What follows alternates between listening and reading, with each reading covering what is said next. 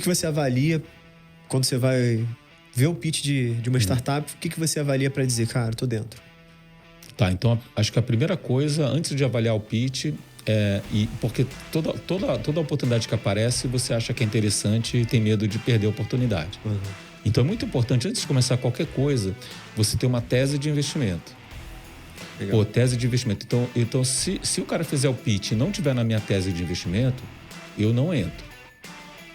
Qual que é a tua tese de investimento? Aí eu sigo as teses dos grupos que eu tô, né? Então, por exemplo, se eu pegar o do Urca, a gente só investe se a empresa estiver faturando, se ela tiver uma boa performance na parte de análise de cohort. O que é cohort? Cohort é aquela... Você pega todos os seus clientes que você compraram o seu produto num determinado mês, vamos supor, janeiro de 2022. Então, todo mundo que entrou em janeiro de 2022, e aí você vê esses caras que entraram de janeiro de 2022, o quanto tempo eles ficaram na sua base e quanto eles te pagaram. Uhum. E aí você vai vendo. Por quê? Às vezes você está entrando muito cliente, mas você não está conseguindo reter e está te dando prejuízo.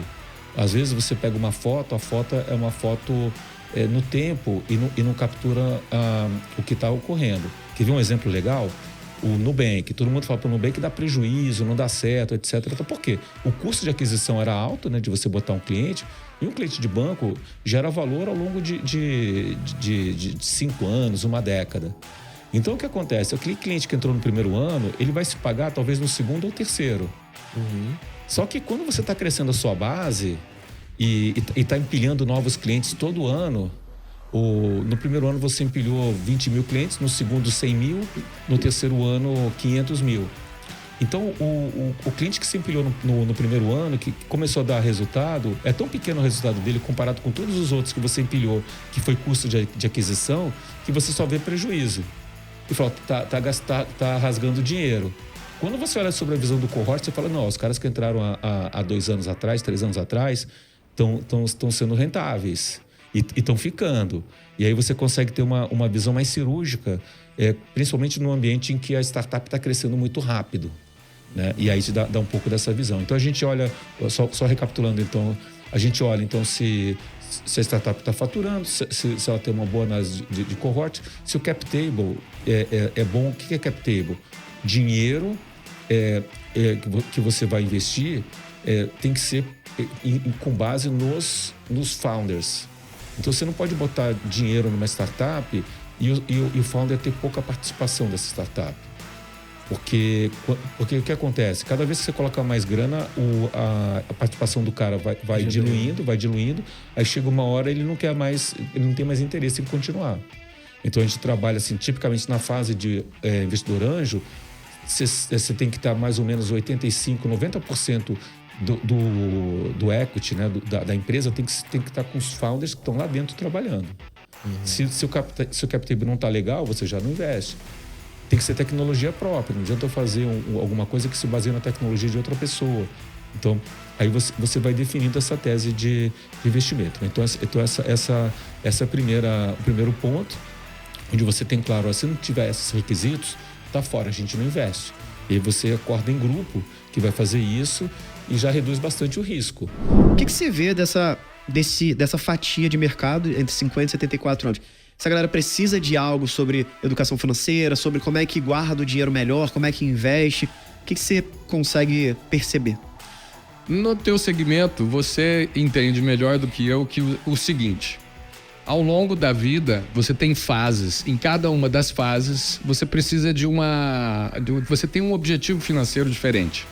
Mas no começo, você busca aumentar a sua renda, depois você busca acumular, depois você busca acumular mais e assim por diante. A partir de uma determinada época, vamos começar a falar em 55, talvez 60, as pessoas começam a se preocupar com a quantidade de dinheiro disponível para ter uma vida digna e de qualidade até o final, certo?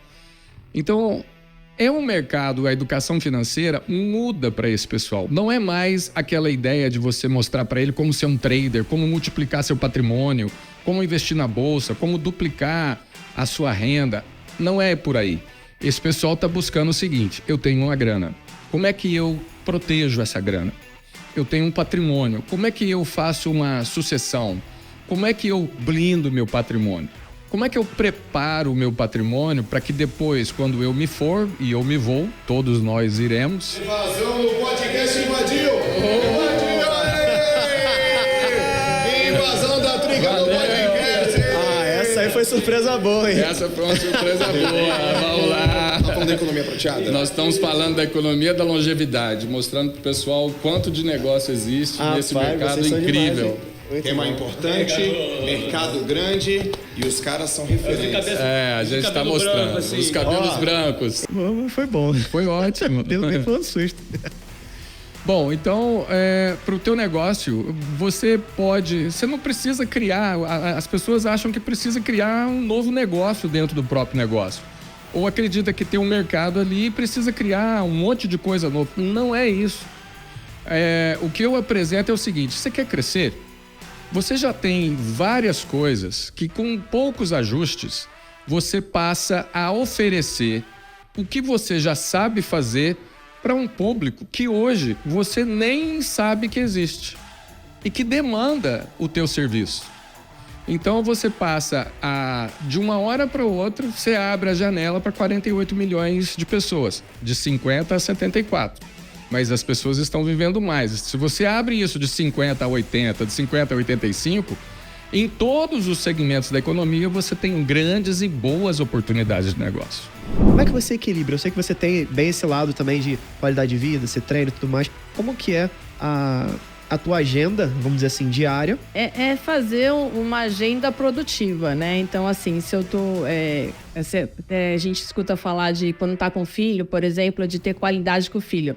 Eu sou super intensa com meu filho em períodos que eu estou com ele, que hoje, em razão da idade, que minha filha já tem 18 anos, já é diferente. Mas o que eu sempre fiz é o foco naquele momento, né? Estar presente naquele momento. E hoje em dia temos as ferramentas que super colaboram, desde o WhatsApp até reunião online. Então, assim, se organizar naquelas 24 horas, que é complexo, mas eu sempre foquei também em ter esses momentos, né? Por exemplo, eu super me cuido, para mim viajar é uma experiência que eu trago memórias lá e assim, é muito desintoxicar, né? Então, quando eu estou em viagens ou em cursos, mentorias, que a gente se conheceu inclusive, eu acho que isso traz vida para aquela rotina, porque a rotina, ela existe, muitas vezes ela acaba sendo desafiadora, mas aí precisa ter esses momentos de relax para poder ter uma forma de conduzir melhor.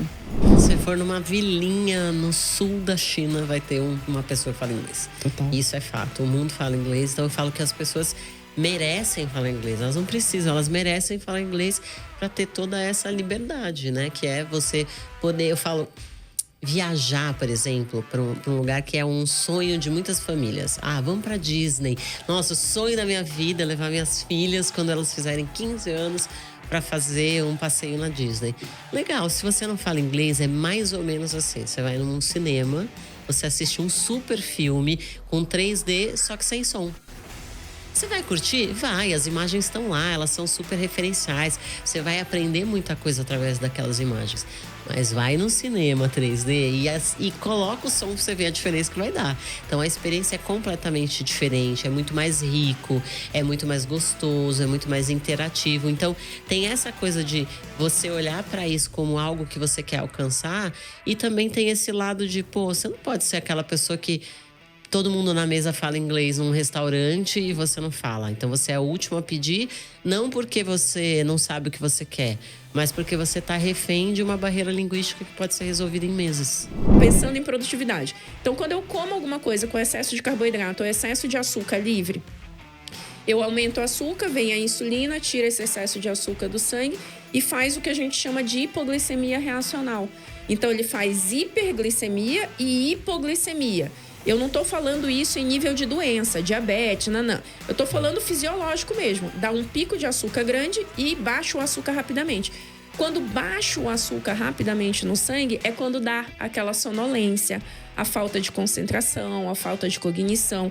Inclusive, eu já peguei inúmeros pacientes no consultório como nutróloga que tiveram acidentes por conta dessa hipoglicemia, de estar dirigindo o carro. Desligado e aí, ali, né? Sonolento. Isso, dá uma sonolência, desliga, bateu o carro. Ou que opera a máquina. E aí, na operação de máquina também, ter tido acidente de trabalho por conta de hipoglicemia.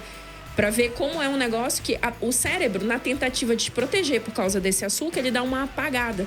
Tem gente que tem reações mais intensas de apagar, mesmo desmaiar, perder um pouco de consciência rapidamente para restabelecer o nível de energia. Mas a maioria de nós não tem isso, graças a Deus, mas a gente tem uma queda de concentração e produtividade, que é quando você fala, eu não tô conseguindo focar nisso.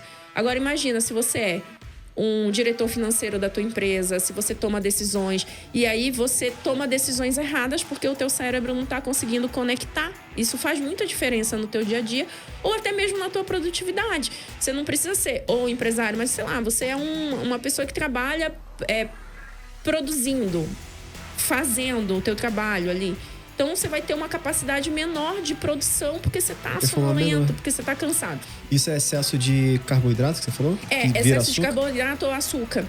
Ou alimentos, tem uma característica no alimento, técnica, que chama índice glicêmico. Não sei se você já ouviu falar. Índice glicêmico do alimento. Então, isso é uma característica de todos os alimentos que contêm carboidrato, porque tem que ter carboidrato. Para ter índice glicêmico, tem que ter carboidrato. E tem alimentos de alto índice glicêmico e de baixo índice glicêmico. Alto índice glicêmico é quanto mais rápido o alimento tem a capacidade de subir o açúcar no sangue. E aí, se ele tem alto índice glicêmico, ele faz esse hiperglicemia e faz a hipoglicemia rápido.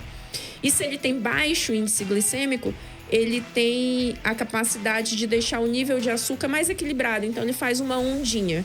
Ele sobe levemente, desce levemente e assim vai deixando a entrega de energia no sangue de forma mais equilibrada. Isso é o ideal. É melhor ter... O alimento, ele, no geral, na tua escolha, de médio para baixo índice glicêmico. Mas isso não quer dizer que você não possa comer um alimento de alto índice glicêmico, um doce, um chocolatinho, quando você quer e gosta e é importante para você. Muitos negócios não prosperam justamente por ser familiar. Sim. E ao mesmo tempo tem muitas empresas como a de vocês que só prosperam por ser familiar, né? Exatamente. Então, quais são as boas práticas que vocês têm? O que evitar? Algo nesse sentido. Eu acho que a primeira coisa é respeito, né? A gente tem que ter respeito em tudo que a gente trata. A gente se complementa. Então, acho que fica mais leve, sabe? Você me perguntou lá no início assim, como que foi separado? Na época, a gente não tinha como separar, todo mundo fazia tudo. Hoje, a gente tem os setores de responsabilidade de cada um muito bem definidos. E como que isso foi definido? Foi acontecendo. Cada um foi crescendo e cada um foi absorvendo a área que se destacou mais. Não foi nada planejado. Apesar de eu ter feito uma pós-graduação na área de finanças, né? Controladoria financeira. E aí, automaticamente, eu fui para a área financeira, mas o Júnior é engenheiro civil. Então, assim, por que ele foi para a área comercial? Talvez por ele ter um conhecimento técnico sobre obra e a gente atende obras. Mas, assim, não foi planejado, aconteceu. Então, acho que a gente se complementa, a gente tem muito respeito um pelo outro e a gente acredita muito no potencial um do outro. Quando a gente acredita nesse potencial, a gente brinca que fala assim, tem que um convencer o outro. Se a gente tem uma opinião que não tá batendo por algum motivo, um vai tentando convencer o outro e a gente escuta. É importante você ouvir o argumento do outro. Tem gente que só quer se defender, né? Ou só quer que a sua opinião prevaleça. Então, a gente sempre vai mostrando o lado, mais uma vez, dentro do diálogo. E a gente sempre chega num consenso. Sempre. Mas é o consenso da irmã mais velha? Não, acredite, não é. A irmã mais velha que manda aqui. Não, ele vai falar que sim, tá? O dia que ele vier aqui, ele vai falar que sim, mas é mentira. Aí, não é. Não é. Eu cedo bastante pra ele. A diferença é que ele é o comercial e eu sou o financeiro. Então pensa. Pensa como funciona essa relação. Pensa em todas as empresas, como é a relação entre comercial e financeiro. Imagina quando o financeiro ainda é a irmã mais velha. Coitado do Júnior. Ah, não, tá vendo? Você já tá aí com pré-julgamento. É o que todo mundo faz comigo. Não, brincadeira. Mas o financeiro é o mais carrasco, né? Não tem como. Pô, cheirinho bom, café, né? Tipo, né? Já, Exato. pum, associa. Muito bom. Exato. E aí a gente começa a pensar, olha, não dá só para ter produtos de empório. A gente precisa criar um cardápio também. Os clientes querem experiência, quer viver esse momento. Que parecia nas lojas, você chegava, estava na casa de vó. Na casa da avó, as lojas. Então, onde que Xerimbão faz o momento que ela dá o start faz sucesso? Quando a gente entende que não é simplesmente uma cafeteria. É um negócio que entrega experiência, entrega afetividade, entrega amor, entrega família nas mesas. E aí, eu sempre falo isso. Ontem eu estava numa live à noite e eu estava falando sobre isso, sobre Xerimbão, e eu falei isso. Eu falei, olha, qual que é o grande diferencial? O que vai fazer uma loja Xerimbão ter sucesso e a outra que não tem sucesso? O franqueado que entrega experiência. Hoje, né, o cliente, o que ele mais quer é sentar numa mesa e ter experiência. Se você tem experiência, você não importa com o preço que você vai pagar. Desde que tenha experiência. Em qualquer negócio. Eu estava aqui em São Paulo na segunda-feira, vim fazer uma palestra em São Paulo e fui jantar com o pessoal dos organizadores ali do evento. Nós saímos para jantar.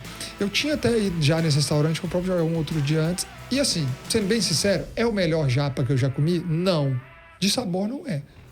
Quem é dos japas do Rio de Janeiro, por exemplo, os bons de lá, né, põe no chulé. Até aqui de São Paulo, eu acho. Só que a experiência que os caras entregam dentro do restaurante é algo absurdo. O ticket é o dobro do outro que eu particularmente acho melhor de sabor. Mas a experiência que eles entregam é algo incrível. Eles têm 5 estrelas Michelin e às vezes o outro não, por conta da experiência. Eu estava também terça-feira com um franqueado nosso do Itaim e ele falou sobre isso. Ele falou, cara, aqui na minha loja o negócio é o seguinte: a galera não olha a conta, chega e paga, não tá nem aí. Só que quer experiência, quer isso aqui, ó, o café feito aqui na hora na mesa, passado na mesa, tomando numa taça, contando a história desse café para ele, um cappuccino com a borda, o produto maçaricado na mesa, e ele paga o preço que for. Então nós fomos entendendo ao longo desses anos, ao longo dessa jornada, que o negócio para fazer sucesso, eu tinha que entregar experiência. Eu brinco com as pessoas que trabalham para mim, as vendedoras, quando elas chegam, os vendedores quando chegam para trabalhar comigo, eu falo, eu preciso que você tenha a autoestima de Suzana Vieira. O que é a autoestima de Suzana Vieira, cara? É aquela pessoa que ela tá sempre, ela é X, mas ela se vê 10X e ela age como se ela fosse o 10X, entendeu? Ela tá sempre com energia alta, ela tá sempre no bom sentido se achando, entendeu? Autoestima de Suzana Vieira, é isso que eu vejo, eu incentivo muito nas pessoas. Mas, cara, se vender é essencial, né? Você ter autoconfiança, porque se você não se vende, você não vai conseguir vender produto, serviço, você não vai conseguir vender nada. Aí você não atrai, você repele as pessoas. Às vezes você tem alguém querendo te comprar algo, querendo te entregar o dinheiro que tá com ela, mas através da sua falta de confiança, você vai repelir ela. Então, assim, é fundamental você se ver, e aí tá tudo isso que eu falei, né? A forma de você enxergar a vida, de se enxergar, de cuidar de você, de cuidar das pessoas que você ama, de fazer toda a sua vida estar voltada para que você prospere, para que você seja um bom vendedor. E aí entra as técnicas, né? Porque venda é processo, é parte técnica, não é só... É mentalidade, muita mentalidade e parte técnica. Muitas vezes eu vou mentorar time de venda, igual eu fiz semana passada. Eu fui treinar um time de vendas. Quando eu fiz o diagnóstico, eu identifiquei que não tinha como eu entregar para eles parte técnica e processo de venda antes de fazer limpar o terreno para chegar com a construção. Por quê? E isso é colocar a mentalidade neles. Eles estavam com uma mentalidade de não se cuidar, de baixa energia, de buscar, por exemplo, colocar motivos no governo, nas coisas para não prosperar, desculpa em pessoas. Quando você conversa com a pessoa, fala, tá, o que dá errado na sua vida hoje? Tá, por quê? Aí ela fala, é por causa de fulano, é por causa do governo, é por causa disso. Cara, essa mentalidade não é de vendedor. O vendedor, ele é o protagonista da história dele 24 horas por dia, todos os dias. Ele não para 5 minutos, e essa mentalidade eu peguei através dos concursos públicos.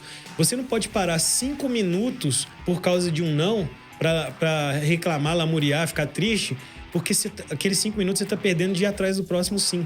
No concurso a mesma coisa. Você não faz pra passar, você faz até passar. E aí, se aquele deu errado, você guarda o aprendizado e vai pro próximo com toda a energia. Não dá tempo de você perder tempo. Né? O dever de todo cliente, né, dever de casa, é realmente pesquisar a empresa antes de qualquer coisa. Então é pesquisar no Banco Central, né, porque as empresas hoje elas são fiscalizadas, né, elas são... a normativa do Banco Central, né, controla as empresas hoje de consórcio. Existe um órgão também chamado ABAC, que é a Associação Brasileira Administradora de Consórcio. Então é muito importante que o cliente também consulte para ver se essa empresa é cadastrada, né? E até mesmo reclame aqui, né? Embora não seja um órgão auditado, mas ele é bom para usar como termômetro, né? O reclame aqui, então, o que é levado em consideração é a resposta, né? A agilidade em tentar resolver, realmente, às vezes a dúvida do cliente, né? Então é importante tomar esses cuidados antes de qualquer coisa. Mas principalmente no momento ali de pesquisa de crédito mesmo, chega muito pra gente, é muito comum isso, às vezes chegar um card informativo, às vezes até um textinho com valor de crédito, parcela. Só que o que nós orientamos os clientes a fazerem, né? Pede uma simulação formal, porque na simulação formal a gente consegue avaliar o custo total efetivo. A gente consegue fazer conta e nas entrelinhas vai informar ali, né, qual é o valor do fundo de reserva, qual é o valor do seguro do grupo. Algumas empresas cobram também taxa de adesão, né, que é um valor maior para ingressar no grupo. Então, assim, é necessário fazer esse dever de casa primeiro. E ler o contrato também, né? E tomar muito cuidado também com as falsas promessas, tá? As falsas promessas é o seguinte... Ó, faz o consórcio que daqui 2 meses eu te contemplo no lance embutido. Então não tem como garantir isso. Porque o lance embutido ele é mais uma chance, né, de sorteio, menos concorrida, mas não quer dizer que se o cliente ofertar ele vai ser contemplado. Então tem um critério de desempate, mais pessoas no grupo estão ofertando essa modalidade. Então vai ser por aproximação, né, referente ao número do sorteio, né? Então, assim, esse é um cuidado que precisa ser tomado. A falsa promessa, que daqui 2 ou 3 meses o cliente cravar a data. Principalmente quando não envolve a questão do lance, né? Porque se o cliente ele tem mais urgência, ele tem que dispor de capital. Né? O cliente pode ser contemplado no primeiro mês, segundo mês? Pode, isso acontece muito. Na nossa empresa é muito comum. Mas isso não é uma regra, né? Então, é preciso tomar esse cuidado, né? Quando se promete demais, desconfie. E sempre, quando vem uma promessa, pede um documento que comprove isso. Tá? E aí eu preciso trazer um conceito. Qual que é a diferença de liquidez e vencimento? Tá? E tem também liquidez, vencimento, e você precisa saber qual que é a carência. Esses são 3 temas importantíssimos para quem está começando a investir. Primeiro, liquidez é quando eu posso retirar meu dinheiro. Qual que é a facilidade que eu tenho em retirar meu dinheiro? Então, o investimento de alta liquidez é aquele que eu posso tirar rápido. Normalmente a gente fala liquidez diária ou D+1. D+1 quer dizer, eu solicito hoje, que é o dia D, mais um dia para cair na minha conta. Né? Então, se eu solicito hoje, amanhã tá na minha conta. Isso é alta liquidez, porque eu tenho facilidade em transformar aquele investimento que está só na tela do meu celular em dinheiro de volta na minha mão, de fato. Tem investimentos que tem uma liquidez baixa, por exemplo, um imóvel. Se você quiser vender o teu imóvel hoje, você consegue? Rápido? Hoje? Não. Nem se você tivesse o comprador. Por quê? Tem que preencher documentação, ir no cartório, não sei o quê, papapá. Então, é uma coisa que depende de uma liquidez... É uma liquidez mais baixa, porque demora mais para você transformar aquele ativo, aquele investimento em dinheiro na tua mão. Então, liquidez é isso. É o quão fácil é eu tirar o meu dinheiro, eu tirar aquele investimento e transformar em dinheiro de volta. Mas só liquidez não adianta. Você tem que olhar qual é o vencimento e também quando que eu posso retirar. Que normalmente é quando a gente fica ali. Mas qual que é o prazo para eu retirar o primeiro aporte? Ou qual que é o prazo que eu posso começar a tirar? Porque tem um vencimento e tem também a... Como é que é o nome? Agora fugiu. Liquidez, vencimento... E carência. E carência, isso. Obrigado. Então, assim, o que é a carência? A carência é, vamos supor que o vencimento de um investimento seja para 2029, como você falou. A carência dele, ele pode ser liquidez diária, porém, às vezes aparece ali, mas a carência é de 60 dias. O que isso significa? Os primeiros 60 dias, ele não é liquidez diária. Não vai poder mexer. Você não pode tirar. Tem que deixar 60 dias a partir do 71º, espero que tenha falado certo, porque eu não sou bom em biologia, né? Nem um pouquinho. 71º dia, você pode retirar ali e vira liquidez diária. Então, tem esses pontos. Tem investimento que o vencimento é em 2029, a liquidez é diária e a carência também é diária. Então, assim, a carência é 0, vamos dizer. Mas é importante, porque tem alguns investimentos que a galera não olha a carência e quando vai ver a carência de 90 dias. E aí o dinheiro fica preso. Fica preso, a pessoa, mas não é liquidez diária? É após a carência. Então, esses são termos importantes para a pessoa entender. E aí, voltando, o que rende mais? Tesouro Selic 2029 ou CDB de 129% para 2029? Você tem que olhar qual é o teu objetivo, primeiro ponto. Se o teu objetivo demanda você tirar o dinheiro a qualquer momento, Tesouro Selic. Porque o Tesouro Selic você pode tirar a qualquer momento, que ele te dá a liquidez. E você nunca perde dinheiro. O CDB 2029, vencimento 2029, você tem que ver qual que é a liquidez dele. Provavelmente não tem liquidez. Você só tira no vencimento. Na verdade, a liquidez é no vencimento. Então, você só vai poder tirar em 2029. Então, para esse objetivo, que você precisa tirar o dinheiro rápido, não serve o CDB, mesmo ele pagando mais. Porque nunca é só sobre o quanto ele vai pagar, e sim sobre o quanto ele paga dentro do vencimento que eu preciso. Porque se eu preciso tirar o dinheiro e ele me paga 1000%, mas eu não tenho dinheiro agora, que eu precisei para uma emergência, por exemplo, não faz sentido. Sim. Então esse é um ponto importante. Agora, se o teu objetivo é para 2029, o CDB para 2029, que paga 120 e poucos % vai render mais do que o Tesouro Selic. Porque o Tesouro Selic hoje ele rende um pouquinho mais que 100% do CDI. 101, 102% do CDI, porque ele tem lá a taxa Selic, mais um percentualzinho que ele paga, que é bem pequeno, mas dá essa balanceada. O CDB 129% tá pagando bem mais. Mas tem que olhar esse vencimento. Então, por isso que eu sempre falo, qualquer tipo de investimento, a resposta é qual que é o melhor? Depende. Depende de quê? Qual que é o teu objetivo, qual que é o grau de risco que você está disposto a correr, qual que é o vencimento que você quer tirar. Resolveu isso? Pronto, aí você toma a tua decisão. Sempre a melhor resposta quando a gente fala de investimentos é depende. Por quê? Quando você fala, tem uma ação que tá custando R$3, R$2. Tá caro ou tá barato? Não sei. Quais são os indicadores dela? Esse é um ponto importante. Por exemplo, a gente tem ações que tá centavos. Oi,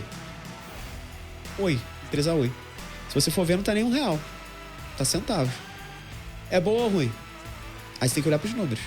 Cara, tá com prejuízo constante nos últimos anos. Ela teve uma recuperação judicial. Então, será que é bom investir em empresa que tá dando só prejuízo? Na minha visão, não. Eu tô fora. Agora, você olha para uma Cielo. Cielo tava custando 3 e pouco. Agora tá 4 e pouco, 5 e pouco. 3 e pouco, é caro ou barato? Depende. Para uma empresa que tá com um lucro bilionário com B, que tem vários indicadores, o valor, o preço da ação em relação ao valor do patrimônio está muito abaixo.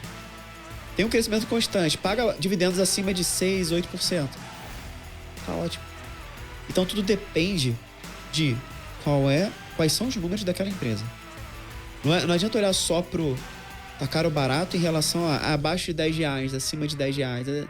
Não existe isso. Tem muitas empresas boas que estão abaixo de R$10 e tem muitas empresas horrorosas que estão abaixo de R$10. Como tem muitas empresas que estão muito boas acima de R$30, muitas empresas horrorosas que estão acima de R$30. Não é só o preço que determina. O preço é só um indicador do termômetro do mercado. O quanto as pessoas estão comprando ou vendendo. Então, por exemplo, Magazine Luiza, cara, é uma das empresas mais negociadas na bolsa. Porque muita gente faz trade dela. Quer comprar e vender no mesmo dia. Muita gente faz operação de opção. Porque paga os melhores prêmios. Então, só que para você comprar e botar na tua carteira, não vale a pena. Então, ter essa visão é muito importante. Não existe caro ou barato. O que existe é como é que estão os indicadores daquela empresa. E a partir daí, você consegue visualizar.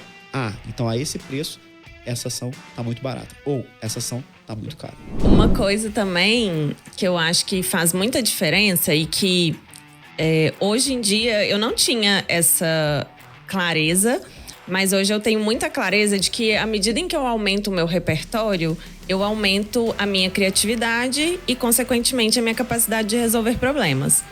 Então, o que é aumentar repertório?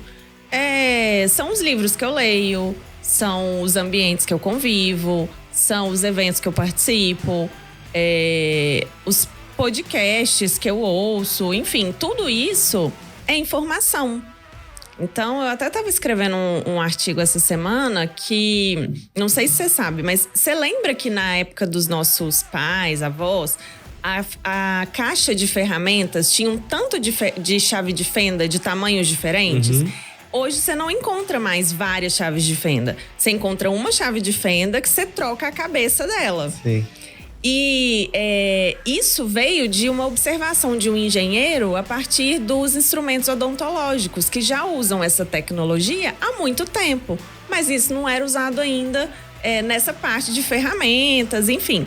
Então, olha como que o repertório é importante. Da gente ver em outras áreas, a gente buscar outros conhecimentos, buscar ao longo dos anos mesmo. Às vezes a gente fala... mas eu não vou ler, sei lá, Platão, não, porque na época dele não tinha trânsito.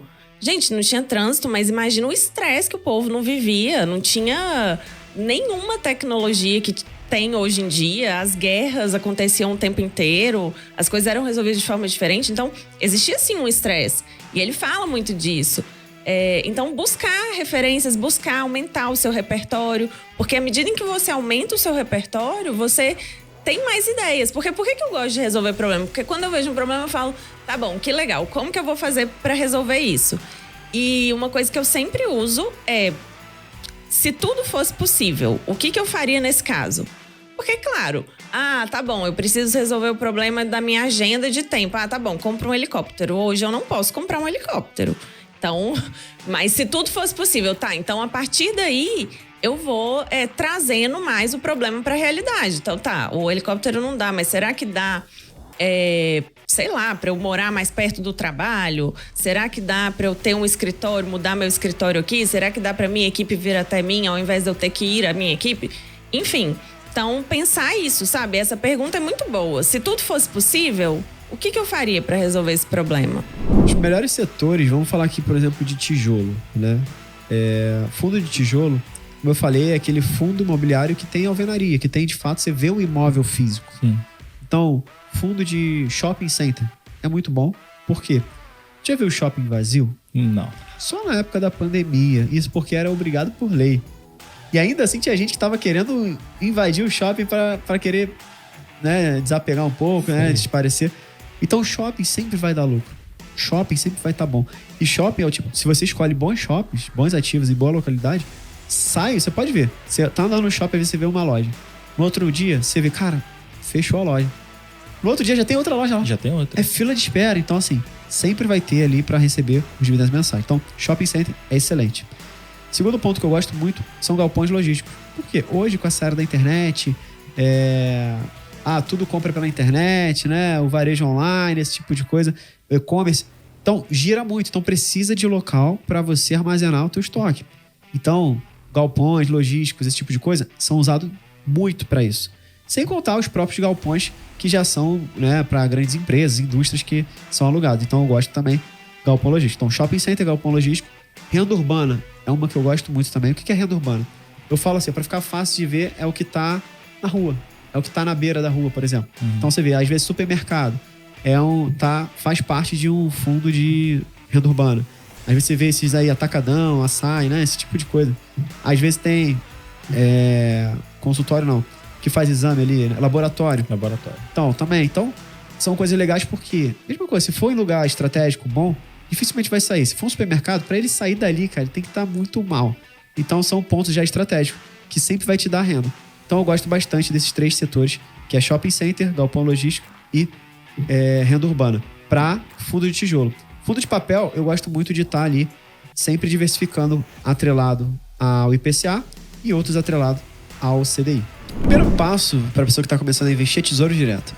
Tesouro Direto é o investimento mais seguro do país, onde a gente empresta dinheiro para o Tesouro Nacional e o Tesouro Nacional devolve para a gente acrescido de juros que a gente vai receber. Ou seja, a gente vai ter um rendimento ali. E aí tem vários tipos de Tesouro Direto.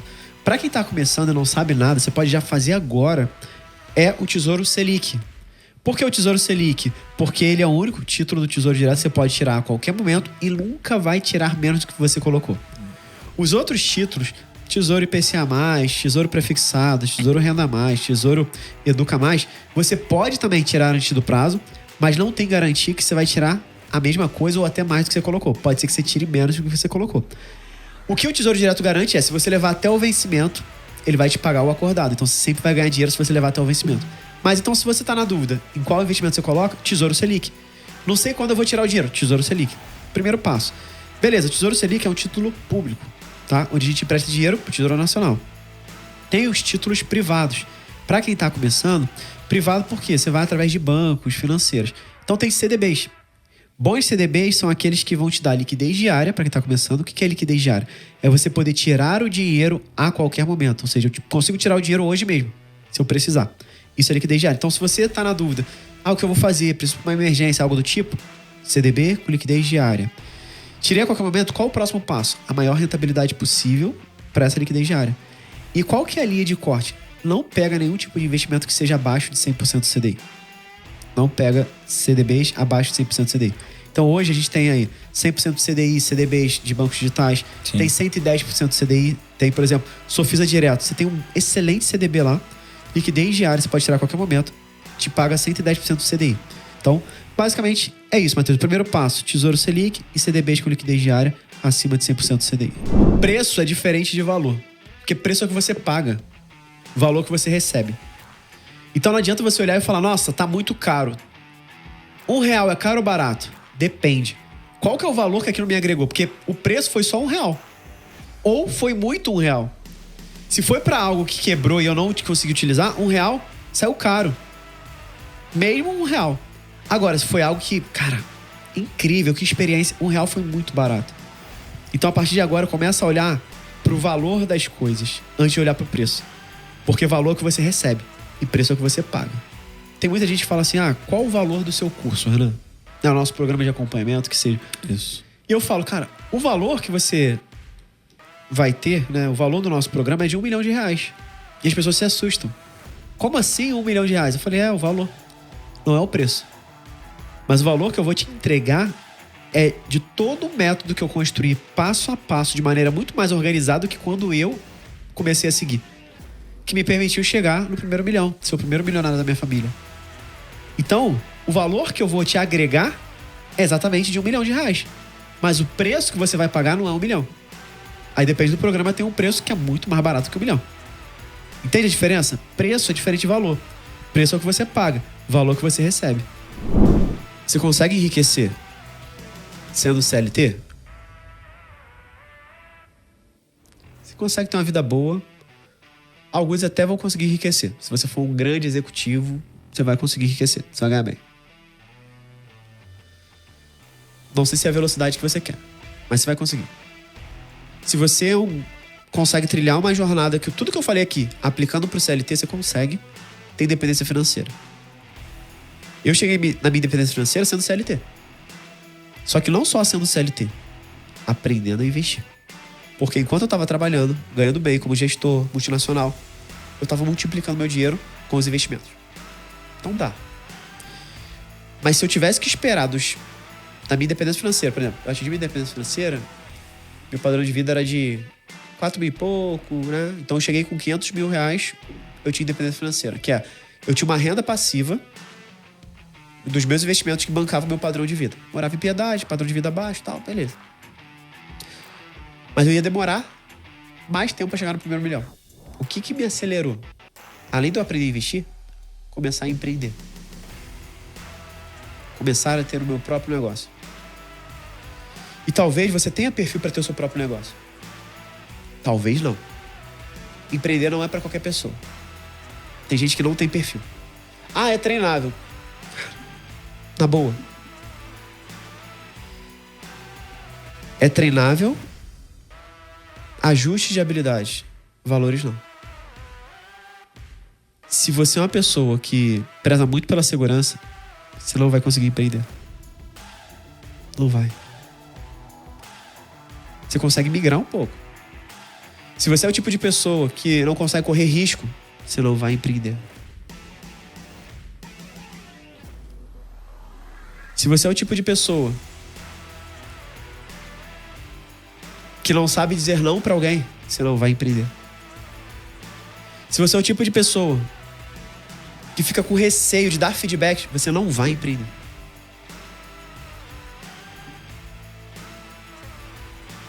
empreender não é para qualquer pessoa. Na verdade, Flávio Augusto que fala, empreender é para qualquer pessoa, mas não é qualquer pessoa que é para empreender. É isso.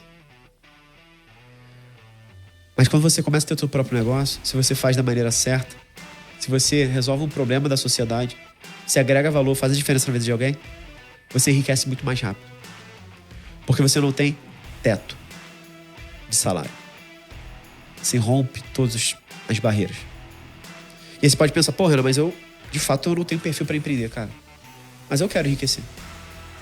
Aprende a investir. Começa a gerar muito resultado no negócio que você está trabalhando.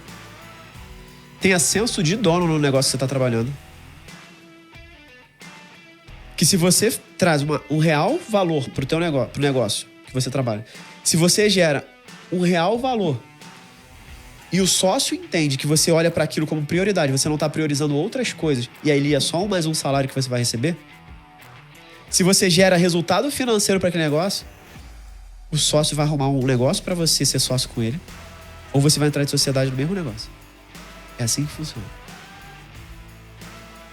E aí, você que não tem perfil de empreendedor, você vai ser um sócio minoritário, que basicamente você vai ter uma pequena participação no negócio, continuando sendo trabalhador. Vai continuar trabalhando no negócio, mas você vai se tornar sócio. Você vai receber lucro também. Entende o que eu quero dizer? Mas para isso você precisa olhar para o negócio como se fosse seu. Eu vejo muitas pessoas querendo empreender, só que olha para vários lados. Ou sabendo que não tem perfil de empreendedor e falando, eu tô todo dia aqui fazendo as coisas, tô acontecendo e tal, mas não consegue ter clareza de que tipo de impacto financeiro ele gera para a empresa. Você entregar o que você é pago para entregar não quer dizer que você tem senso de dono. Quer dizer que você está cumprindo com o acordo. O contrato de trabalho prevê o quê? Você trabalhar X horas, entregar essas atividades dentro do teu cargo, a função, e você recebe X reais por mês, ponto. É assim.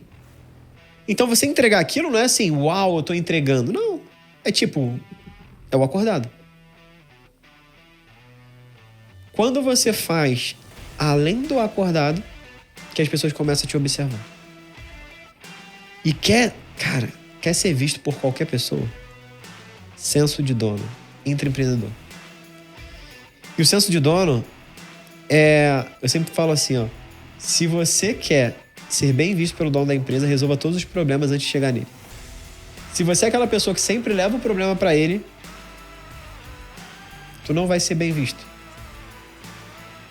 Porque quando você chegar perto daquele negócio de, já vem problema, sabe? Aquele lance de, quando eu trabalhava no meio corporativo, tinha um engenheiro que, cara, ele chegava, ele só falava assim, isso aí vai dar merda, vai dar M. Aí, o cara negativo pra sabe, tipo, vai dar M. Cara, qual é a chance de dar M? Todas. Já tá achando que vai dar M. Então, assim, se você quer crescer na tua carreira, ter um salário maior, assuma o papel de dono sem ser dono.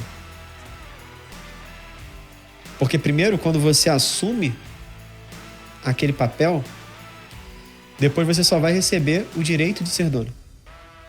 As pessoas querem ter o direito de ser dono sem assumir o papel de dono.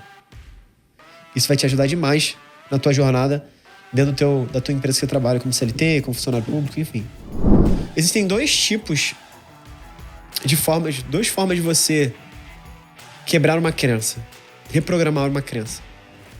Primeiro, através de um forte impacto emocional. O que é um forte impacto emocional? É você vivenciar algo. Por exemplo, eu lembro que eu tive um forte impacto emocional onde eu decidi ser rico sem saber que eu tinha decidido lá. Depois de uns anos que eu fui entender. Que foi quando eu levei a Jaque pra jantar no Copacabana Palace. Era nosso aniversário de namoro e eu pedi ela em casamento lá. Ali eu desbloqueei muita coisa. Porque foi um forte impacto emocional de uma experiência. Ali eu entendi que eu não tinha nascido rico. Mas isso não era uma trava, uma barreira de eu frequentar lugares de rico. Entende? Então, esse é o primeiro passo de você quebrar uma crença limitante. Forte impacto emocional. Segundo, repetição de padrões. Quando eu falo para escrever, você está repetindo. Só que isso tanto acontece, dá certo para as crenças negativas entrarem em você, quanto das crenças positivas. Então lá de 0 a 6, 7 anos de idade, quando você é uma esponjinha, onde as crenças são colocadas dentro de você através do ambiente, das pessoas, da comunidade, a maioria das crenças que colocaram em você são crenças negativas. O forte impacto emocional foi assim, ó. Quando você vai pegar um dinheiro que você viu na rua, você é criança, tua mãe vem te dar um tapa bem forte na mão e fala: menino, tá fazendo o quê? Dinheiro sujo. Aí você, dinheiro é sujo, então não posso encostar em dinheiro. Dinheiro é sujo, dinheiro é sujo. Começa toda vez que vem dinheiro pra minha mão, pá, se livra. Paga tudo pros outros, libera dinheiro. Por quê? Porque lá no meu subconsciente tá marcado que dinheiro é sujo. Então eu não quero que coisa suja. Como é que eu reprogramo isso? Forte impacto emocional ou repetição de padrão. Como que eu treino minhas filhas para criar crenças que são crenças fortalecedoras? Eu dou 50 reais na mão delas, 100 reais na mão delas. Vai, mexe, brinca. Desde bebezinha.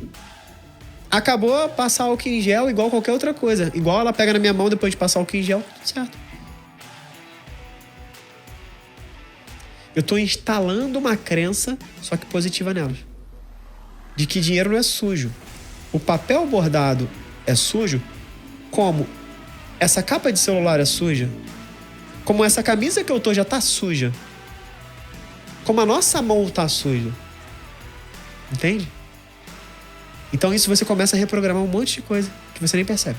Não, e essa clareza, né, de objetivo, de propósito, é o que ajuda a gente a fazer essa gestão das nossas emoções. Porque todas as nossas decisões, elas são tomadas com base em alguma emoção. Ou você está buscando uma necessidade, ou você está indo atrás de um desejo. E aí é justamente essa visão de longo prazo que faz você sair dessa visão de curto prazo, desse desejo de curto prazo, como o exemplo que você deu do marshmallow ali na hora, e pensar e tomar uma decisão baseada no que você quer para o longo prazo. Inclusive, eu vi um vídeo muito bacana que a pessoa que estava falando até sugeriu isso. Falou assim, quando você tem consciência da emoção que você está sentindo na hora de tomar uma decisão, quem aqui não já comprou alguma coisa? Vai, a mulherada, vou no shopping porque eu estou estressada. Ou vou comer porque eu estou ansiosa. Né?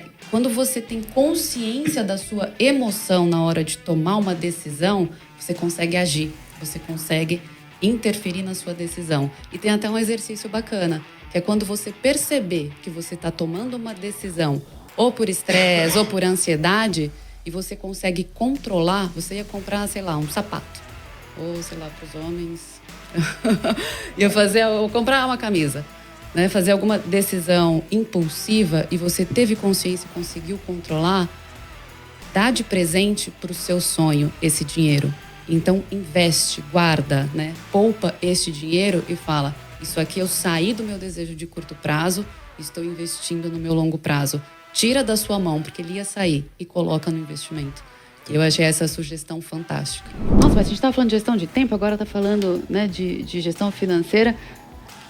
É exatamente assim, porque as coisas se misturam. E por quê? Porque o jeito que você faz uma coisa é o jeito que você faz todas as coisas da sua vida. Então, o jeito que você gerencia o seu tempo é o jeito que você gerencia o seu dinheiro, é o jeito que você gerencia a sua saúde, é o jeito que você gerencia a sua família. Então, o jeito que você faz uma coisa é o jeito que você faz todas. O jeito que você gerencia o seu trabalho é como você gerencia e prioriza a sua vida pessoal. Então, e tudo começa com o quê? Com um grande sonho, com a clareza. Você não faz nada se você não souber o porquê você está fazendo. Porque, dando o exemplo do casamento, a noiva emagrece para o casamento. Por quê? Porque ela tem um grande sonho. Ela achou o caminho. Muitas vezes ela foi para o atalho, né? Tomou alguns remédios, algumas coisas que, de fato, você não consegue manter a consistência. Então, é exatamente isso. Você ter clareza, você ter um sonho e você identificar um caminho que seja, que você suporte passar por ele ao longo do tempo. Porque se você quiser o atalho, você não vai ser consistente. Então, clareza e consistência. Atalho não te traz consistência. Então, isso, gente, serve para gestão de tempo, para gestão financeira, para gestão de para tudo. Clareza do que você quer e consistência. Um processo que te dê prazer no meio do caminho. Demora um pouco mais, mas continua. Continua, porque caminhando, tijolinho por tijolinho, você constrói um prédio. Por que finanças pessoais é um ponto muito importante, tá? Geralmente, a gente só lembra das finanças pessoais quando tá dando merda. Desculpa o palavrão aqui, tá? Mas quando tem algum problema, né? Quando você tá deixando de pagar alguma conta, e aí você fala assim, nossa, tem tanto tempo que eu não peço um aumento, tem tanto tempo que eu não ganho mérito, tem tanto tempo que eu não ganho promoção. Renan, você sabia que a média de permanência dentro de uma empresa é de 1,8 meses?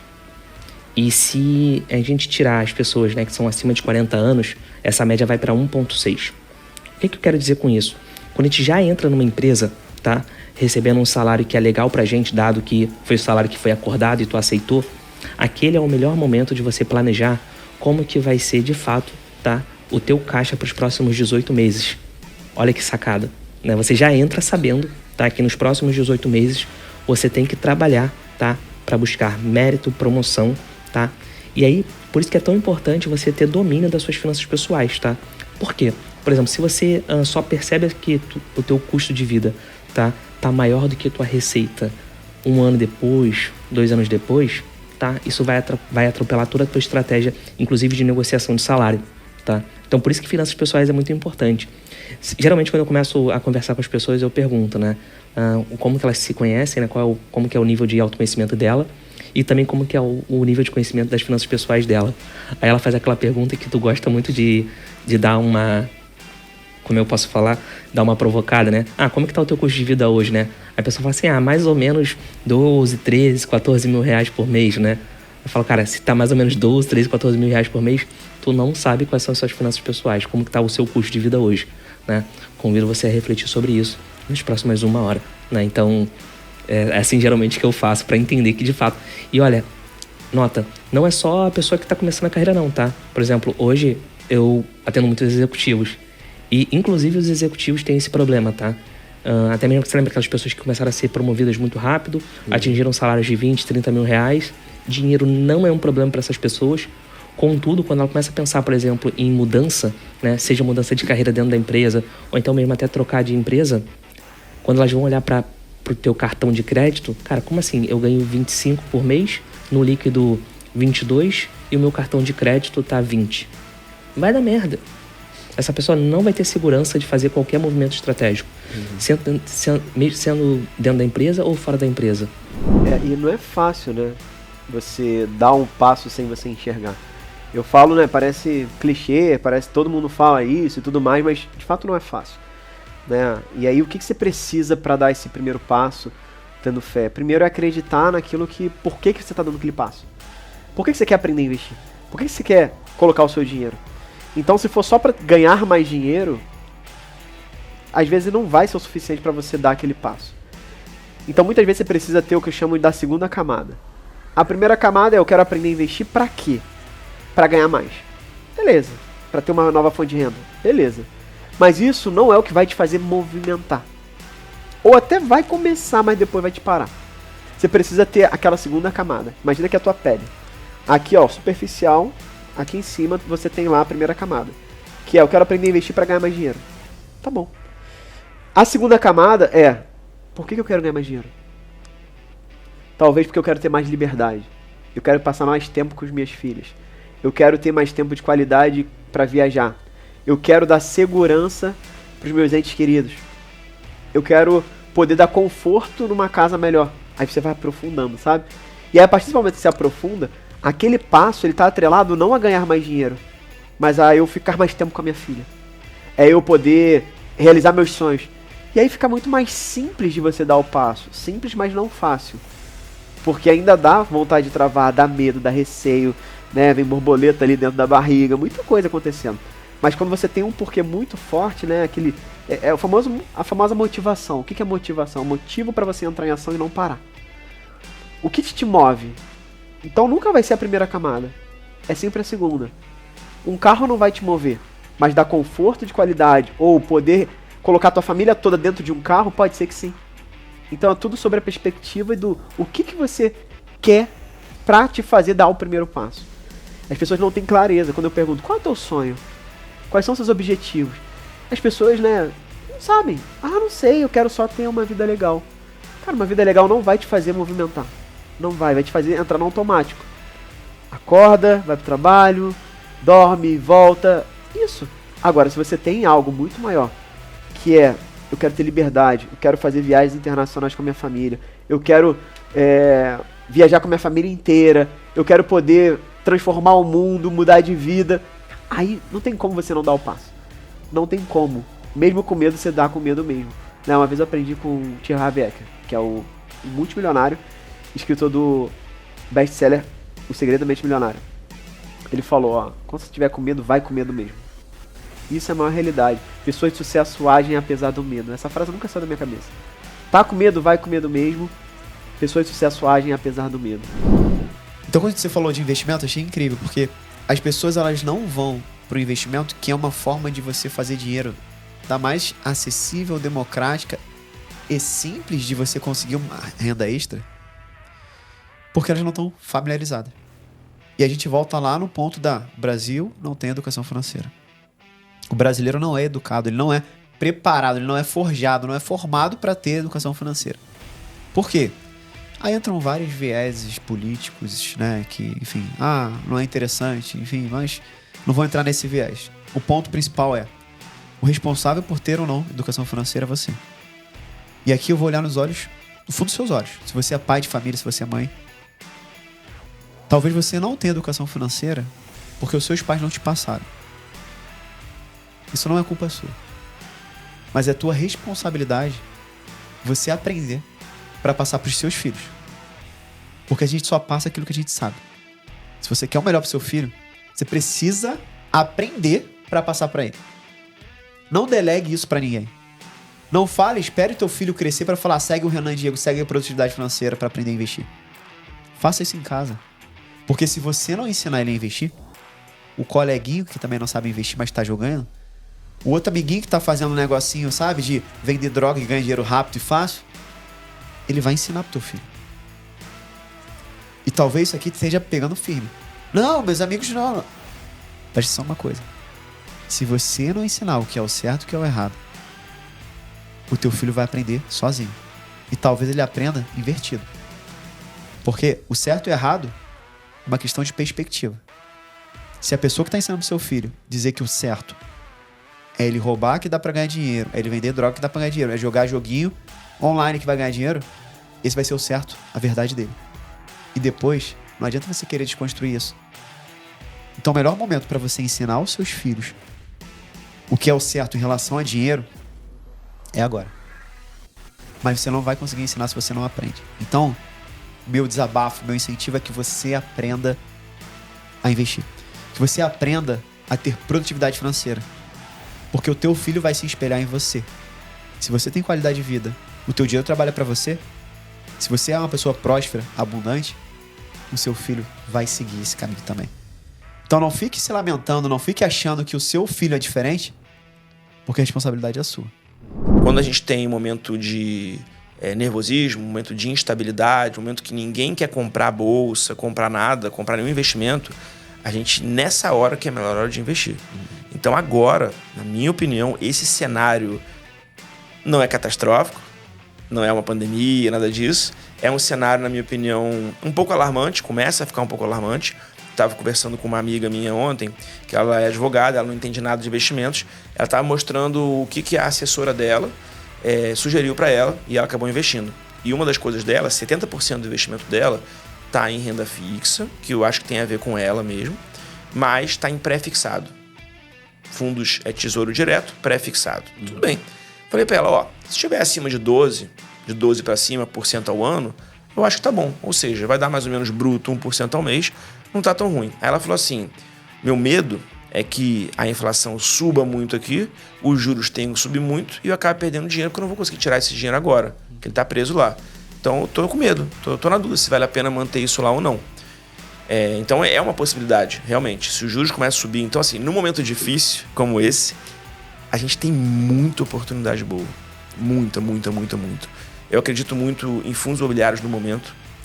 Mas está em queda. Fundos imobiliários têm uma correlação inversa aos juros. Então, quando os juros sobem, os fundos imobiliários tendem a cair. Porque é mais seguro você investir em tesouro direto, em qualquer aplicação que vai render juros, do que no fundo imobiliário que tem uma volatilidade na cota. E eu estudando um pouco mais profundamente fundos imobiliários agora, eu entendo que existem várias variáveis em cada fundo. Se ele está fazendo uma boa gestão, se tem vacância, se não tem, o fundo não distribui todo mês a mesma coisa, porque depende o aluguel, se o locatário pagou, quanto ele pagou, se teve alguma venda no meio do caminho ou não, isso do fundo de tijolo, sem contar os outros fundos. Então, assim, fundo imobiliário, apesar do momento de alta de juros, que é a expectativa, até pelo menos o primeiro trimestre de 2025, e os fundos imobiliários caírem, é um momento bom, porque é melhor comprar quando está caindo do que quando está subindo. Melhor comprar barato quando está caro. As pessoas pensam, não, vou comprar quando tá lá em cima. Quantas pessoas que não querem comprar Bitcoin agora? Bitcoin fazendo as máximas históricas. Poxa, será que vale a pena comprar Bitcoin? Tem que comprar no início do ano. Tem que comprar Bitcoin. O Bitcoin já subiu mais de 100%, já dobrou de valor. Quem comprou no início do ano que ninguém queria comprar, tem que comprar no início do ano, não é agora. Você vai comprar agora, tem que olhar direitinho, vai comprando devagarzinho, compra um pouquinho agora, espera cair ou espera subir, vai comprando para poder fazer uma diversificação por tempo, é outra forma. Mas a ideia é comprar antes. Então você tem que comprar quando tá barato. Então fundos imobiliários, na minha opinião, é uma oportunidade muito boa. E, na minha opinião, tesouro direto também é uma oportunidade muito boa. Como aproveitar melhor as oportunidades da Black Friday, Renan? Primeiro, tem uma frase que fala o seguinte: qualquer desconto sobre aquilo que eu não preciso, tá caro. Nossa. Então não adianta, Black Friday, não sei o que, tá... saldão, liquidação, beleza. Nossa, tá muito barato. O que tá barato? Aquilo ali, ó. Mas eu não tô precisando daquilo. Então tá caro. Você viu, tá muito barato. Tá barato pra quem precisa. Eu não preciso, então tá caro, não vou comprar. Então esse é o primeiro insight pra galera que tá ouvindo a gente. Não fique, só o lado emocional. Se você não precisa, não compra. Não importa quanto esteja o preço. Não compra. Primeiro passo é esse, ter clareza. O que você quer? Então, se a gente fosse fazer uma coisa prática, como que eu aproveito a Black Friday? Eu listo aquilo que eu já quero comprar. Que eu já compraria, independente de ser Black ou não. Beleza, vou querer uma cafeteira, né? Você falou de cafeteira. Vou comprar uma cafeteira pra botar aqui no escritório, que... eu sou chique, eu quero um negocinho de cápsula e não sei o que. Aí eu falei, cara, não tá lindo, caramba, mas tudo bem. Vai. Aí ela... Não, isso ela falou 2 meses atrás. Aí daqui a pouco, comprei, aproveitei a Black. Ou seja, já queria. Então aproveitou um preço menor do que já era, beleza. Então esse é o primeiro passo. Lista o que você precisa, o que você realmente quer.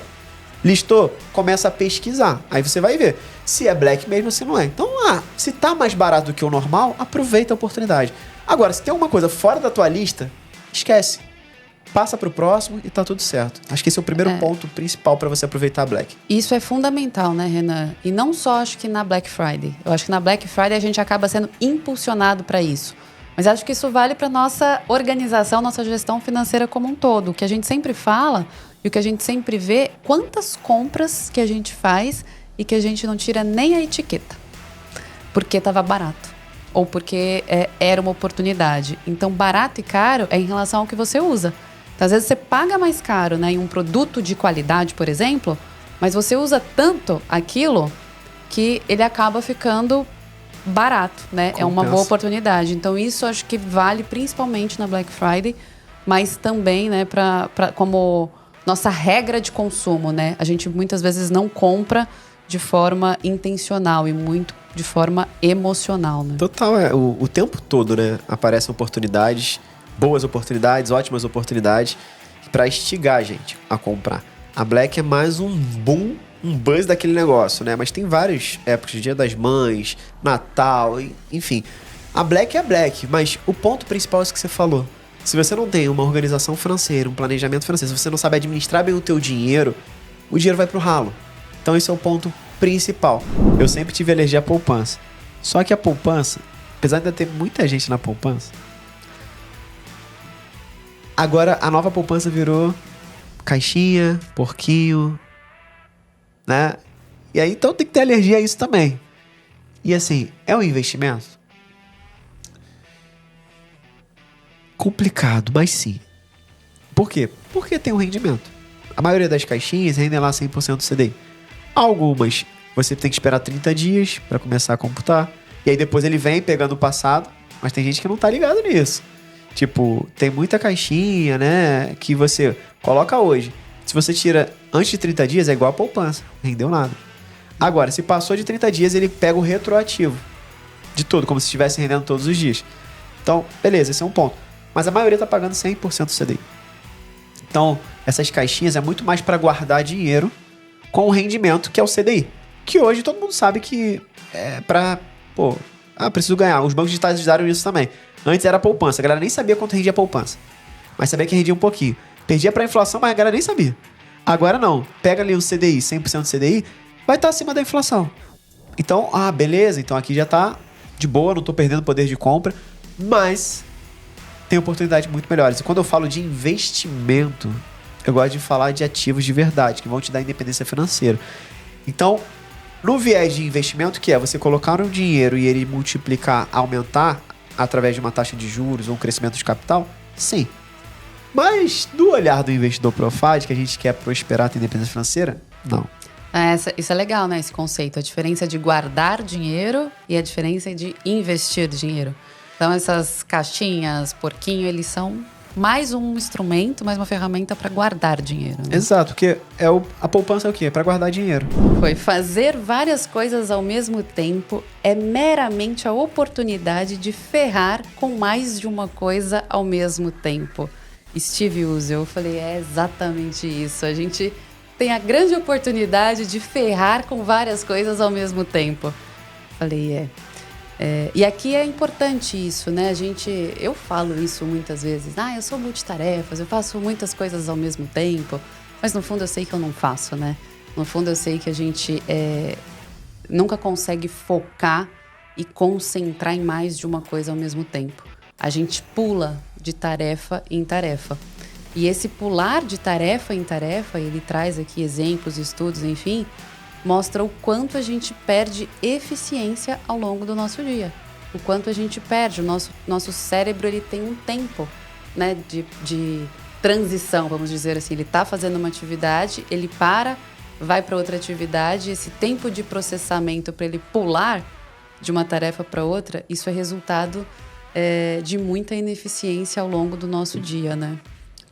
Que sucesso não é sobre dinheiro, não é sobre status, é sobre onde você deveria estar fazendo o que você gostaria de fazer naquele momento.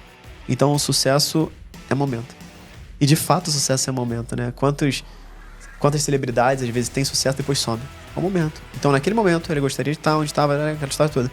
Então isso aqui deixa muito claro para você tirar um peso enorme. Porque eu lembro que quando eu trabalhava no meio corporativo, tava como engenheiro, cara, eu tava indo lá, batia cartão, tinha que sair no horário, eu falava, não faz sentido pra mim. Eu tava com insucesso, mesmo tendo dinheiro. É muito louco isso, né?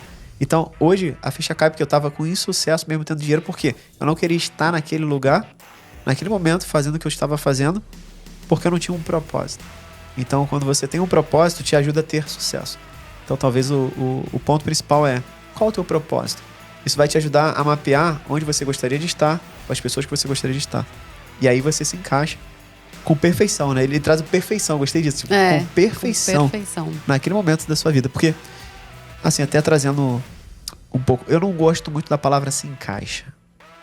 Sabe? Porque se encaixar, parece que a gente tá meio que se rebaixando para se encaixar. E eu prefiro expandir para crescer. Mas ele traz aqui com perfeição. Então, é só para eu ter um lado crítico mesmo, né? Eu acredito que se eu fosse, vamos dizer assim, pudesse ter a humildade de poder mudar isso aqui, eu mudaria, cara. O sucesso é aquilo que você busca com perfeição naquele momento da sua vida.